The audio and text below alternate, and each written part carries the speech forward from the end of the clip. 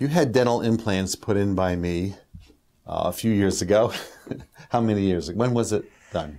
1978. I was living in Chicago, and Dr. Kurpis was the family dentist. My sister was his very first patient. Anyway, so I flew in from Chicago. I was living in Chicago. I flew in on a Thursday. He started working me on a Thursday night. I went out in the snow. I remember it was bitter cold with the molds to bring to the lab.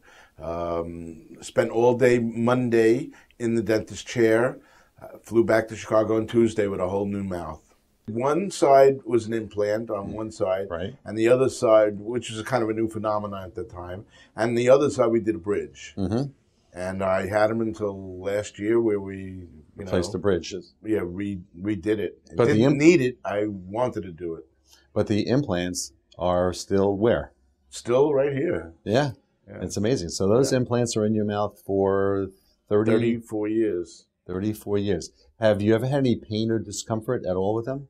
Never. It was a little loose. Mm-hmm.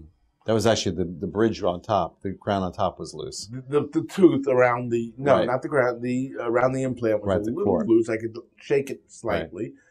But I didn't want to pull it out. I didn't need to, and it was really no problem. And actually what the problem was, it was the core. The actual implants were firm in the bone. They were osteointegral. We're still using them. So if someone said to you, how long can implants last? What would you tell them?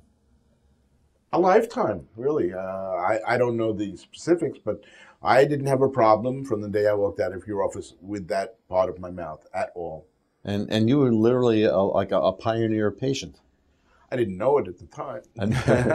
I mean, did you know anyone who had implants back then in the 70s? No. I didn't know what I was doing, getting into or involved. And I just knew, I sat in that chair for hours and hours.